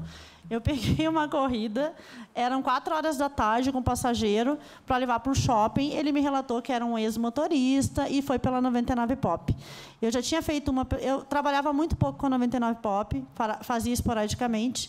E eu sempre dei mais preferência para um aplicativo, porque eu acho que se eu trabalhar com 2, tu não recebe tanta demanda. Tem mais isso. Se tu trabalhar com 2 aplicativos e tu não der preferência para um, tu recebe menos demanda, porque eles sabem que tu está logado em 2 aplicativos. Então, tu não recebe a mesma demanda do que aquele motorista que está logado mais em um. Então, eu peguei esse passageiro e, no meio do caminho, foi na pandemia. Tudo acontece na pandemia. Tudo aconteceu na pandemia. Foi na pandemia, então, eu peguei esse passageiro e disse assim, moça, tem álcool gel? Tenho. Daí eu dei o álcool gel para ele. Aliás, estava disponível, mostrei onde estava. Aí ele, o que tem? Meu carro, gente, meu carro é decorado. Meu carro é cheio de ursinho de pelúcia, atrás, na frente, dos lados. É ursinho de pelúcia. É o carro dos ursinhos de pelúcia, os ursinhos carinhosos. Eu jogo naquelas maquininhas, é um passatempo. Tu para num posto, onde estão os motoristas, a gente fica ali conversando, a gente joga e, ao mesmo tempo, né, joga ali e tira um ursinho. Então, eu já peguei a manha da maquininha, então eu tenho um monte de ursinho. Quando eu não ganho de passageiro, eu ganho muito ursinho de passageiro também, e de colegas. Então, meu carro é cheio de ursinho, tem luzinha, tem plaquinha, com mensagens, então é um carro decorado. É diferente. O passageiro, quando vê o carro, nossa, eu não chamei isso. Onde é que está no aplicativo? Tem essa opção? Eu não chamei essa opção. Eu disse, não tem no aplicativo. Ele é decorado porque eu quero decorar. Então, eu cheguei e ele elogiou o carro, né? Mas o que tem aqui? O meu carro tinha uma bolsinha no banco traseiro. E ele disse assim, o que tem nessa bolsinha aqui, no bolsão aqui do banco? Eu disse, olha, não tem nada. E ele, não, deve ter um ursinho aqui. E eu, não tem isso. Mas só tem ursinho para tudo que é lado. Eu disse, não, mas não tem ursinho. Aí ele disse, moça, você trabalha armada? Eu disse para ele, não, eu não trabalho armada. Daí, apesar de que eu trabalho com spray de pimenta, dependendo do passageiro, eu não vou hesitar de usar, né? Aí ele, não, mas arma de fogo. Eu disse, não, até sou contra isso. E a gente nem pode, pela plataforma, trabalhar com arma de fogo. Tu sabe, tu foi motorista? Ele, fui motorista alguns meses e tal. Hoje eu estou em CLT. Aí ele disse assim, moça, mas tem uma arma aqui. E eu, não pode ter uma arma aí. Tem uma arma aqui no bolsão. E eu, gente, como assim? Daí eu dei um pano para ele, que eu uso para passar nos bancos. A gente usava para passar no álcool gel nos bancos. Aí ele pegou o pano e me mostrou uma pistola. Estava escrito Taurus, assim, né? Um troço desse tamanho, assim, fica até com medo de pegar. Eu disse, moça, se não é sua e não é minha, deixa nesse lugar, que eu vou agora na delegacia entregar, porque não é minha, simplesmente não é minha, não sei nem como é que mexe nisso daí. Daí ele, não, tudo bem, eu acho que tu tem que ir numa delegacia, porque se tu parar numa blitz, alguma coisa tu pode se prejudicar. E eu, beleza. Meu erro foi não ter levado ele junto, né? Eu larguei ele, até porque ele estava com pressa, larguei ele ali e fui numa delegacia que tinha poucos metros dali. E pandemia, né? Eu levei 3 horas para fazer o BO e entregar a bendita arma. Aí a delegada foi até o carro comigo, eu tirei a arma do carro, eu fiz o BO, eu entreguei a arma, eu relatei para a plataforma e esqueci, relatei até para a Uber, porque na hora eu me equivoquei, achei que era da Uber a corrida, depois que eu fui ver que era 99, mas eu relatei que eu tinha entregado a arma. Mesmo assim, 1 mês depois do relato desse acontecido, eu fui bloqueada na 99. E eu não sabia por quê. Então, eu entrei com uma ação, porque ainda era a pandemia e não tinha como saber, porque eles não tinham escritório físico, não estavam tendo atendimento físico, porque estava tudo fechado. Para minha surpresa, eu fui banida, porque o passageiro relatou que eu estava trabalhando armada. mesmo eu entregando, fazendo BO, e isso gerou uma ação, e eu já ganhei nas 2 instâncias, e está aqui no TST. Esperamos que quem vai analisar, né, tem uma certa... Olhe pelo lado do motorista, né? Então, eu ganhei por conduta antissindical da empresa. Eu tinha... Vou fazer isso aqui, porque foi 2 dias antes de uma reunião com eles, no TRT4, que a gente estava pedindo aumento de tarifas. Então, 2 dias antes dessa reunião, eu fui banida da plataforma da 99pop. Na reunião, eu questionei e eles não quiseram me dizer o motivo, porque ainda nós não tínhamos o motivo, porque foi logo depois que eu fui banido, só 2 dias antes. Mas, então, agora estamos esperando sair o... Já está 1 ano aqui no TST, vamos ver se a gente consegue encaminhar. Cacá, mas assim, você sente que você foi banida por causa da arma ou por causa da conduta antissindical? Porque, na verdade, como foi 2 dias antes, né, das mediações lá, é mais provável que você tenha sido banida em razão da sua atuação sindical do que da arma. Sim, é que assim, a gente não sabe se o relato desse passageiro foi realmente um relato real, porque quem tem essas informações são as próprias plataformas. É elas que... não, e é um print bem grotesco, assim, é o nome lá de Lucas, o que está escrito, uma coisa assim que tu não sabe se aquilo realmente foi um passageiro que fez ou não. O que eles anexaram no processo não dá para entender como uma prova realmente de que foi que o passageiro falou. Eu tive um problema e eles anexaram também para dizer, não, essa mulher não presta, essa mulher não pode estar no aplicativo, que foi um relato de uma passageira de alguns meses antes, que ela estava muito embriagada, larguei ela num lugar, na frente do prédio, e eu vi ela botar a mão para entrar no prédio, e eu não fiquei parada esperando, porque hoje, se tu ficar parado esperando de madrugada, tu é assaltado em qualquer lugar. Eu simplesmente arranquei o carro, ela tinha vomitado no meu carro, tinha me xingado, e eu fui num posto limpar meu carro, porque a lavagem me cobrou R$150 para limpar meu carro, e eu mesmo fui limpar, porque era pouca coisa. E aí, tu tem que ir para a 99 ou para a Uber, tu tem que tirar... E ela também era 99. Então, aí tu tem que tirar uma nota, encaminhar para eles, ver se eles vão te pagar esse vômito que a passageira fez no meu carro, né? Então, aliás, a única coisa que eles pagam, porque se o passageiro destrói alguma coisa, eles não pagam nada. E simplesmente um colega meu foi largar um outro passageiro no mesmo prédio, viu a menina lá, e eles usaram o relato da menina contra a minha pessoa, mesmo eu tendo relatado o que aconteceu. Ele me ligou e disse, você deixou uma menina bêbada aqui na frente de um prédio? Olha, eu deixei, mas, a princípio, ela entrou. Não, ela não entrou, porque a bolsa dela está no teu carro. Eu disse, não pode. Daí eu fui verificar, a bolsa estava embaixo do banco, que a SPIN, ela não tem divisão entre... como tu deita todo o banco, ele vai até lá o porta-mala, então não tem divisão. Então, estava quase lá no porta-mala a bolsa dela. Voltei no local, junto com outro colega que estava me ajudando, mais esse colega aí, então tem 2 testemunhas, abrimos a porta dela, levamos ela no 2º andar arrastada, deixamos ela dentro do apartamento, inclusive tinha um menino dormindo lá, alguém no apartamento dela, eu acordei ele e disse, dá um banho nessa menina que ela está mal. E deixamos ela com tudo lá. E o relato dela foi que eu não prestei ajuda para ela, inclusive eu roubei a bolsa dela. Para vocês verem. E o relato que eu fiz, e depois disso eu fiz o relato para a plataforma, porque a gente sempre, qualquer probleminha que a gente tem com o passageiro, a gente tem que relatar para se precaver, para ficar registrado, porque depois a plataforma vai usar contra a gente, que foi esse caso. Então, você sente que fica muito difícil de se defender, porque todas as informações estão com a plataforma, ela não vai te passar, e aí fica a narrativa do passageiro contra a sua, e acaba, no final das contas, você não sabe se você foi bloqueada mesmo por isso ou por aquilo, porque ela não... Inclusive, eu vou dizer para os motoristas que estão assistindo, que tem um monte de motoristas me assistindo, mandando mensagem aqui, manda ver. É assim, botem câmera no carro de vocês. Hoje, para a gente se precaver, a gente tendo câmera nossa. Não adianta instalar uma câmera da 99pop, porque eles te cobram por mês, e eles te pedem para fazer, então, ou te cobram um valor, ou um número de corridas, que é 150 corridas na semana, para que tu não pague aquela câmera, se tu não tem acesso às imagens. A câmera, quem que paga? Não entendi. A 99 instala no teu carro uma câmera deles. E essa câmera, ela fica ali disponível, grava tudo, mas para te ter acesso às imagens, para te não pagar ela, o motorista paga R$ 9,90 por semana para ter a câmera ali ligadinha. Isso fica numa nuvem da 99. quando ou tu paga R$ 9,90 por semana, ou tu faz 150 corridas para não precisar pagar essa câmera. Ou seja, é um modo de manter tu logado no aplicativo deles mais tempo. Então, para o motorista não pagar R$ 9,90, ele acaba fazendo mais corridas na semana para poder garantir que ele vai ter as imagens. Só que ele não tem as imagens facilmente. Ele assina um termo, né, que aquelas imagens não vai ser concedida para ele só judicialmente. E isso não adianta muito. Para nós, a gente tem que ter na hora, como é o caso de assédio, né, ou outros casos, quando tu é bloqueado direto na plataforma sem se defender. Tu poder se defender antes. E com toda essa opressão, né, que vocês sofrem, tendo que pagar até por um instrumento de trabalho para se proteger, para a sua segurança, por que vocês acham que alguns motoristas, ou muitos, falam que não querem um vínculo de emprego? O motorista, ele desconhece o que é CLT, desconhece os direitos que ele vai ter, desconhece os benefícios, ele acha que, sendo CLT, ele não vai conseguir trabalhar em 2, 3 plataformas, ele não vai poder escolher quantas corridas ele quer fazer, e que ele vai ser obrigado a trabalhar somente numa plataforma e fazer um determinado número de corridas imposto pela própria plataforma. E você, Sol? O que a Cacá falou é a nossa realidade hoje. Não é que o motorista não queira CLT.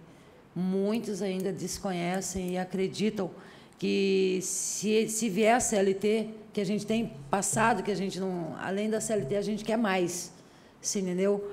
É justamente por isso. A gente vai poder continuar trabalhando nos aplicativos que a gente trabalha. A gente vai, além de que hoje nós temos deveres, né? Agora nós estamos querendo direitos. É o que a gente busca hoje, é o direito para a categoria de motorista. Sim, o que eu percebi com as minhas pesquisas foi que os motoristas, não é que eles não querem o vínculo de emprego, é que eles não querem só o vínculo de emprego, eles querem mais. Eles querem um vínculo de emprego com flexibilidade de horário, eles querem que tenha uma forma de regrar ou disciplinar o direcionamento das corridas, que eles saibam anteriormente quais são os critérios, que eles saibam anteriormente quais são esses critérios de bloqueio. Eu penso que precisa, sim, regular a gamificação, né, professora Viviane Vidigal, que tem um livro todo sobre isso. Isso, sim, precisa de regulamentação. A gente tem lei, é a mesma lei, é a CLT, desde 43, com a modificação do artigo 6º, parágrafo 1º, já regulamenta o controle por meios telemáticos. E os motoristas contratados por empresas plataformas, eles querem, além disso, também uma relação mais horizontalizada. Eles não querem uma relação tão hierarquizada como a relação de emprego. Então, por isso que eu defendo, na minha tese, a CLT+, que é a CLT mais o regramento da gamificação, o direcionamento das corridas, uma forma de participação dos trabalhadores na organização produtiva, né? Reuniões, deliberações que também tenham lideranças dos trabalhadores para discutir com as plataformas como que vai ser essa organização do trabalho, e também uma legislação de suporte aos sindicatos, porque se não tiver fonte de custeio, fonte de financiamento, legislação de suporte, né, doutor Leonardo Vandelli, que está aqui na minha frente me olhando, ele fala muito bem sobre isso, a luta fica desigual. É o que nós, pesquisadoras mulheres, eu, a Nívia, a Cíntia, Vivi, a gente vive dizendo assim que a luta entre plataformas e trabalhadores está a seguinte: de um lado tem as plataformas, tem os trabalhadores com os estilingues, assim, e do outro lado tem as plataformas com drones a laser. Os lasers ficam ofuscando os olhos de todo mundo, né, fazendo a gente acreditar em coisa que não existe. E, do outro lado, estão lá os trabalhadores com seus estilingues. Fica uma luta muito desigual. Então, precisa mesmo uma legislação de suporte às lideranças, né? Tanto a gente precisa disso, e principalmente o reconhecimento dos sindicatos, né, enquanto representação da categoria, que as plataformas hoje elas ouvem o youtuber, que está lá para fazer vídeo e dizer que a plataforma é maravilhosa e que tu vai ganhar muito dinheiro com ela, e na realidade não é, do que para ouvir as lideranças hoje. Nós tivemos uma manifestação um pouco antes de começar o GT, né, o Grupo de Trabalho sobre a Regulamentação, onde a gente parou em 18 estados. Foram 18 estados que fizeram manifestação para pedir melhor remuneração, né, para pedir mais segurança. E as plataformas, 2 dias antes, fizeram uma atividade com os youtubers e os influencers da vida para simplesmente manipular eles e fazer com que eles não fizessem essa manifestação, que foi puxada pelos sindicatos e os trabalhadores. Bom, não vou comprometer o tempo, não, mas pedir autorização aqui à professora Ana Carolina porque enquanto as discussões se travavam, eu fiquei aqui a formular quase 1 milhão de perguntas, assim, então eu quero fazer só uma indagação, que é mesmo uma dúvida minha. Eu, há pouco, estava participando em um outro evento sobre a regulação do trabalho, né, os desafios da regulação do trabalho.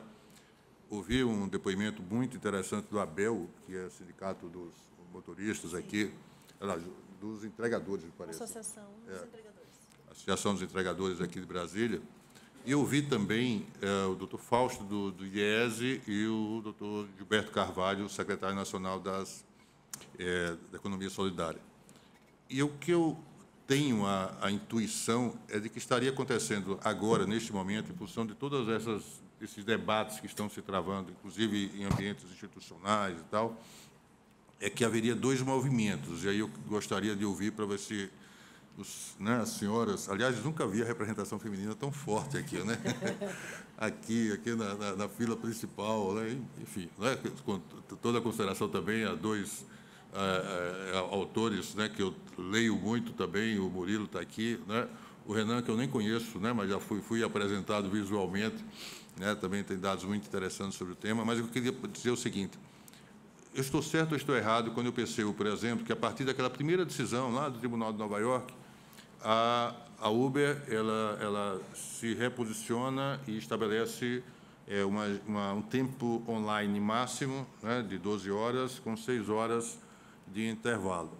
Agora, recentemente, eu ouvi aqui no Brasil, né, de um dos motoristas, que um procedimento semelhante estava também acontecendo aqui, e no sentido de uma autorregulação, como se fosse uma autorregulação preventiva, que incluiria, segundo o DIEESE, também incluiria o cadastramento como MEI, o que implicaria um ônus de R$ 75, mais ou menos, que seria substituído por uma contribuição de quase 200 mais de 200 ou 300 reais, né, se houvesse o reconhecimento de vínculo empregatício, quase como um desestímulo, assim.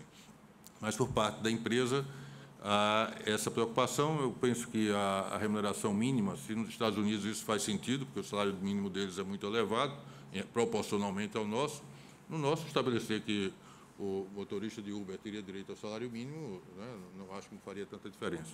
Então, se haveria mesmo essa tentativa de autorregulação cautelosa, preventiva, né, para evitar que sobreviesse a afirmação de que haveria ali vínculo de emprego, né, por todas as razões que nós conhecemos e podemos absorver a partir dessas leituras, né, muito qualificadas e tal. E um segundo movimento.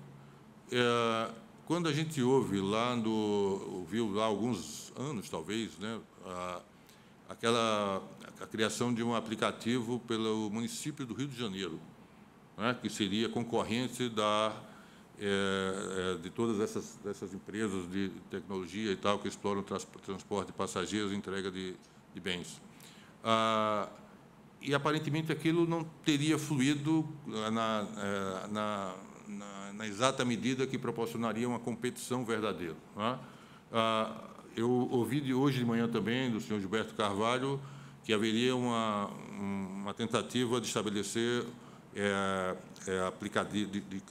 que se criarem aplicativos que fossem geridos por cooperativas de trabalhadores, de motoristas e tal, e que lá no Rio Grande do Sul essas primeiras tentativas não deram certo, não houve suporte tecnológico suficiente para esses aplicativos, mas que, com base numa contribuição de uma universidade, eu acho que Nova Friburgo, esse suporte tecnológico estaria aparecendo, surgindo, tal, e que haveria uma expectativa de que esses aplicativos geridos pelos próprios trabalhadores poderiam suprir essa condição de precariedade aparente, né, a meu ver, manifesta naquilo que é o depoimento das senhoras, inclusive. Esses dois movimentos acontecem mesmo, não é? Na perspectiva das senhoras que estão, né, com essa condição de fala muito qualificada aqui. As empresas estão tentando regular algo, né, para prevenir o que seria uma vinculação direta com reconhecimento de vínculo de emprego e tal. ou simplesmente, né, porque acham que esse é o modelo de negócio adequado, e também, do outro lado, por que é que o aplicativo lá do município do Rio de Janeiro não deu certo? Por que é que as cooperativas, né, não deram certo como gestoras de aplicativo? O que é que há de... enfim, né, o que é que há para além dos nossos olhos, né, nesses aplicativos que estão aí disponíveis no mercado, que fazem com que eles tenham o monopólio, né, desse mercado que envolve transporte de passageiros e entrega de mercadorias e tal, que não pode ser substituído por esses outros aplicativos, né, que seriam geridos. Como é que vocês veem isso? Existe um Uber World, né, para usar a expressão, né, que é mencionado no primeiro livro aqui, da máquina nuvem e tal. Existe mesmo esse apelo publicitário, né, que faz com que o passageiro não recorra a outra possibilidade, ou é porque não há mesmo tecnologia suficiente para que esses outros aplicativos deem certo e tal, e resolvam esses problemas, né, muito sérios aqui, que eu acho que as senhoras estão vivendo e aqueles que são representados pelas senhoras vivem. Então, sobre a plataforma do Rio Grande do Sul, o nome da Liga Coop é o nome do aplicativo.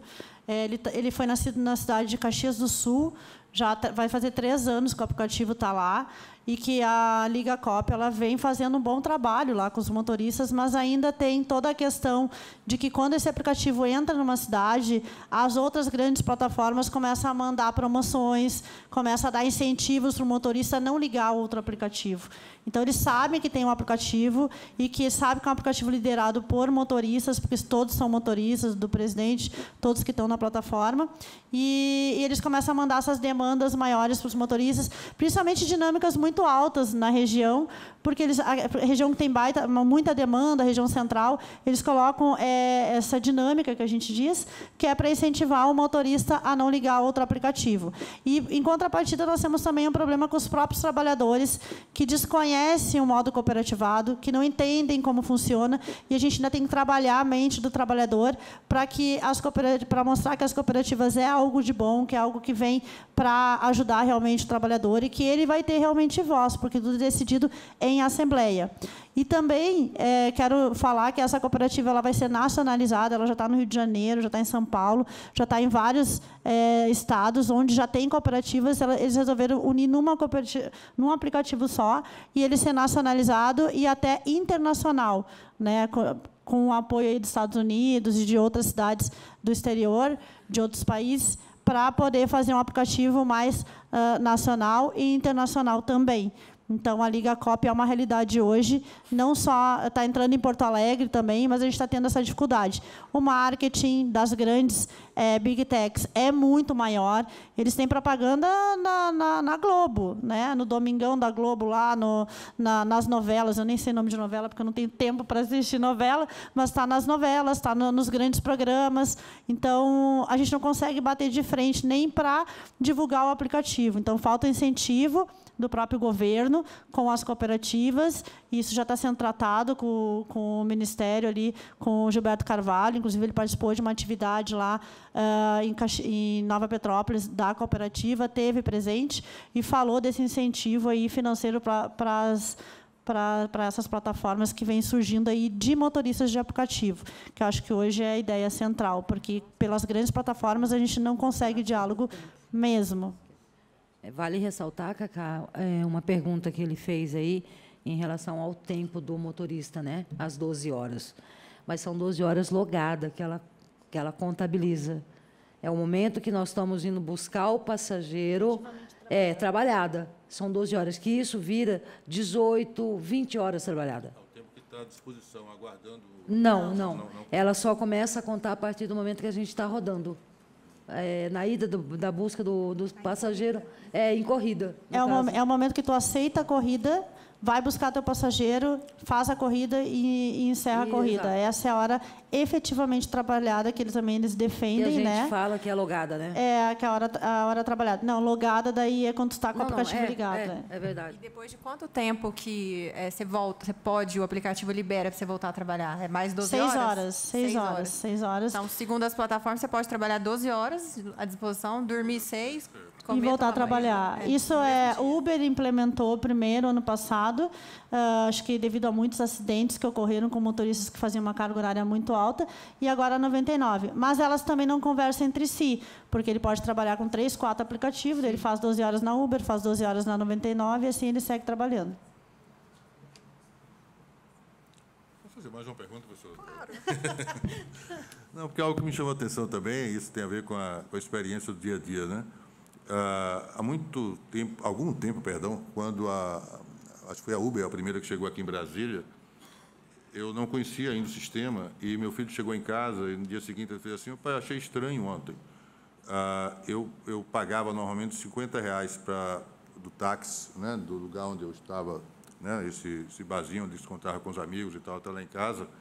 E ontem eu paguei 18 na Uber. Foi a primeira vez que eu peguei a Uber, eu paguei R$18. Meu filho, houve alguma coisa errada. Se você tem esse contato aí, você liga para o motorista e explica a ele que tem alguma coisa que não está batendo, né? Como é que você vai pagar 18 se pagar 50? E aí ele confirmou realmente R$18, para isso mesmo, tal. E aí a primeira vez que eu tive a oportunidade de conversar, a primeira pergunta que eu fiz para o motorista foi essa. Eu digo, pelo que eu estou vendo, os taxistas estão revoltados, né, no aeroporto e tal, estavam reagindo e tal. E talvez o adversário não seja propriamente o taxista, né? Porque alguém está custeando e talvez não seja propriamente o motorista quem esteja aceitando um preço, uma tarifa menor, né? E eu perguntei a um dos motoristas com quem eu conversei, né, até no curso de mestrado eu fui lá, um grupo de pesquisa, sem tanto refinamento como da professora Ana Carolina, né? Enfim. Mas eles me disseram que aquela tarifa promocional, na verdade, vale para o passageiro, mas não vale para o motorista. A empresa cobriria para poder ganhar o mercado, né? Sim. Mas o motorista não, ele receberia a tarifa, seria a tarifa inteira. cheia, né? Inteira. Né? Isso foi o que a Uber começou a fazer. As plataformas, ela dava um desconto para o passageiro para poder garantir que aquele passageiro vai fazer a corrida com eles e paga integralmente para o motorista, tirando a taxa deles. Só que de uns tempos para cá, elas começaram a diminuir o valor do motorista. A taxa deles permanece a mesma, em torno de 35% a 70% do valor de uma corrida. Os valores ficam mais altos e eles descontam mais, geralmente, quando a corrida é em dinâmica, quando é uma dinâmica alta. Saída de um show, saída de um jogo de futebol, quando tem alta demanda, eles botam essa tarifa lá em cima para o passageiro, dão desconto para o passageiro e, às vezes, eles botam o valor lá embaixo para o motorista. O motorista recebe muito menos. E aquele valor que foi apresentado ontem numa pesquisa da Mobitech, que seria o valor que vocês recebem mensal, o que vocês acham? Pena que eu não tive chance de falar, porque a Mobitech apresentou essa pesquisa num seminário que a gente fez do Ministério do Trabalho. A gente julga uma pesquisa, me desculpa o órgão que fez, mas a gente não é culpa também deles, né? Porque quem deu as informações foi as próprias plataformas, não foram trabalhadores. E os trabalhadores que foram da entrevista também, que parece que foram 1.000 e poucos trabalhadores, foram já, como é que eu vou dizer, já foram manipulados a dizer o que eles queriam, porque a forma como foi feita a pesquisa foi manipulada, e a gente julga uma pesquisa totalmente fake, porque o trabalhador não ganha aquele valor por 40 horas. Inclusive, nesse seminário e na audiência, eu apresentei um print de um motorista que, em 115 horas, ele fez R$2.500, mas ele levou 115 horas para fazer esses R$2.500 aqui na região de Brasília. Então, ele trabalhou 115 horas para fazer R$2.500. No mês? Na semana.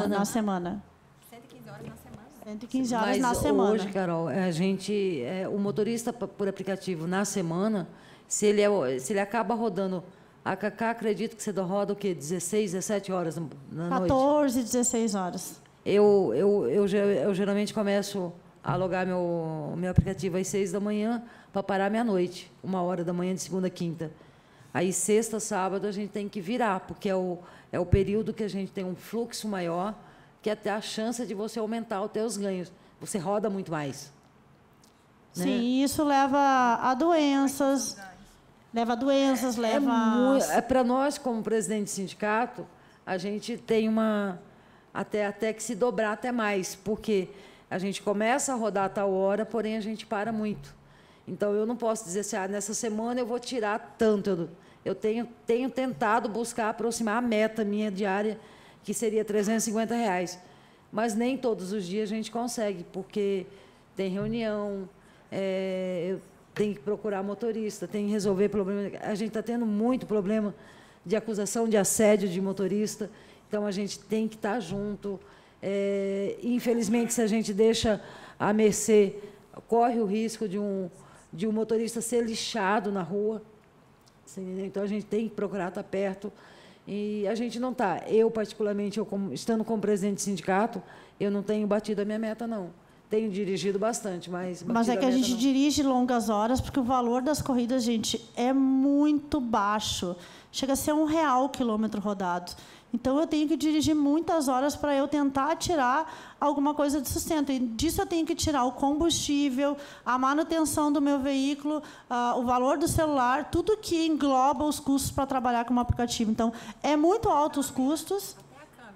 A câmera. Eu instalei uma câmera no meu carro agora, porque a minha preocupação, eu faço parte do GT, da regulamentação, do grupo de trabalho, a minha preocupação, quando eu cheguei na primeira reunião, eu disse para eles, minha preocupação é eu voltar lá para o Rio Grande do Sul para trabalhar, ligar meu aplicativo e ser bloqueada por qualquer motivo que vocês quiserem dizer lá que eu fui bloqueada. Então, eu instalei uma câmera no meu carro justamente para que isso não aconteça, para eu poder me defender de qualquer acusação que eles fizerem, porque eu estou no GT contra as plataformas, então, tentando, né, um meio termo ali da regulamentação. Então, eu me preocupo com isso também. Muito obrigada pelos relatos.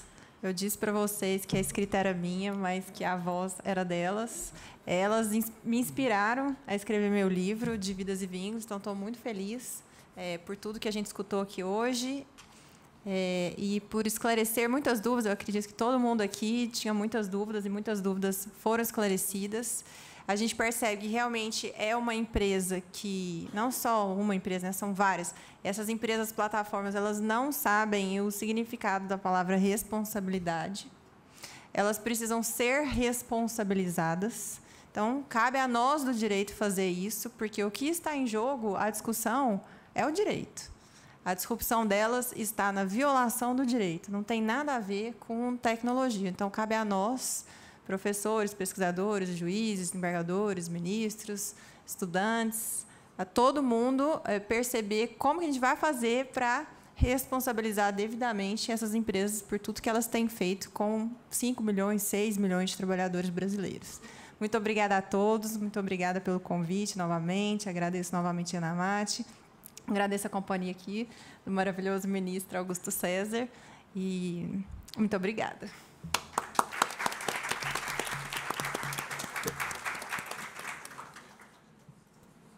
Bom, eu devo dizer que esse painel me faz lembrar muito vivamente os eixos de formação, né?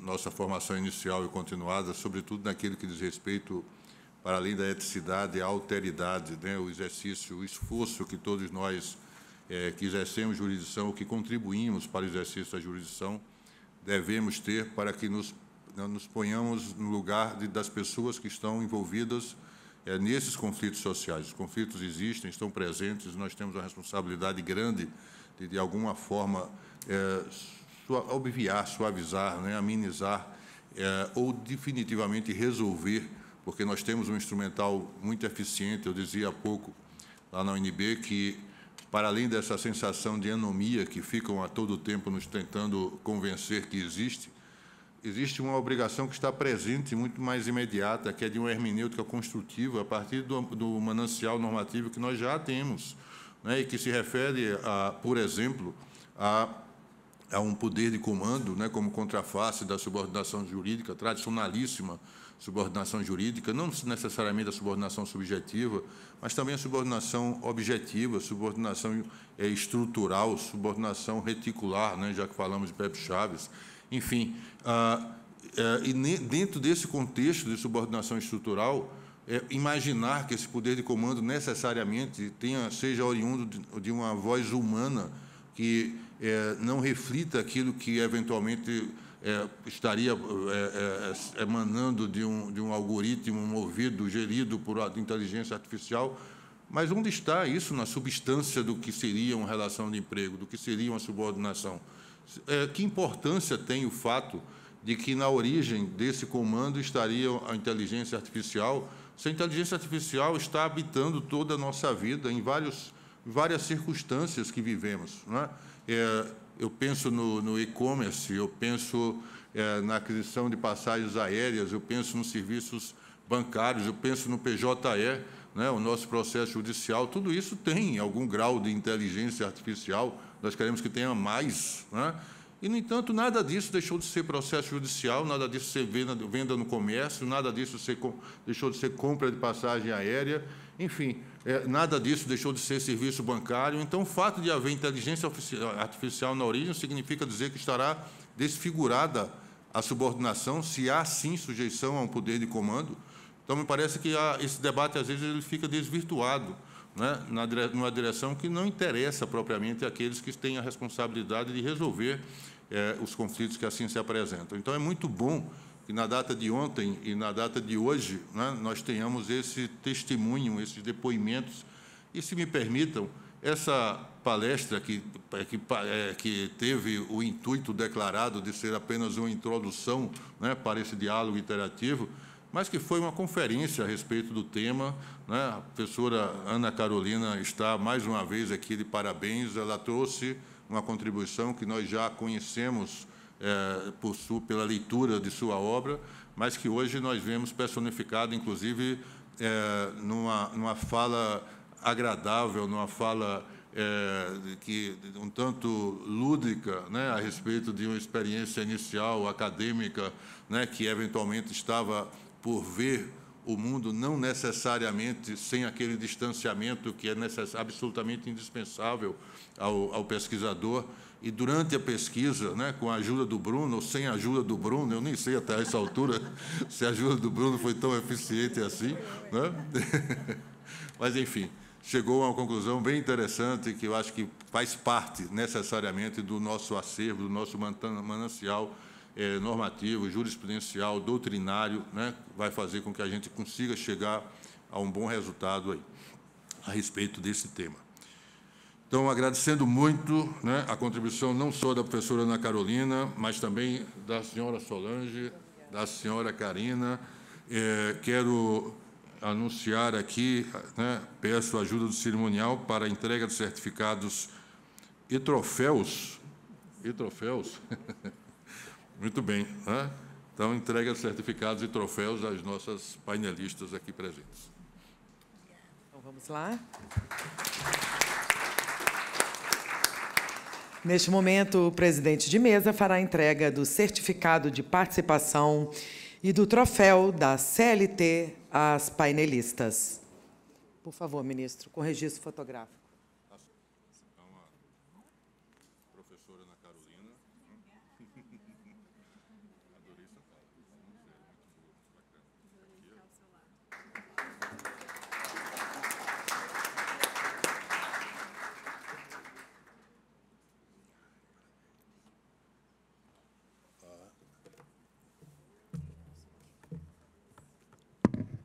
Senhora Solange. Podem fazer uma foto, vocês quatro juntos.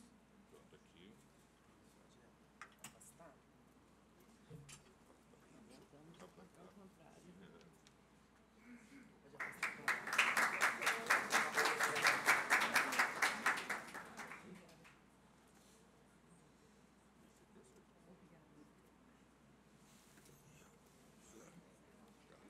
Eu vou ganhar não é essa facilidade de chamar para cá, não estou chamando ninguém para cá. Não, bacana. Muito bom. Opa, isso aqui é seu. O certificado também, você não precisa segurar. Enquanto é feito mais um registro fotográfico de todos os componentes da mesa, e com a devida autorização, declaro encerrado o Seminário Internacional Trabalho Plataformizado e a Preservação do Humanismo na Sociedade Digital. Agradecemos muito a presença de todas e de todos. Tenham uma boa tarde. Obrigada.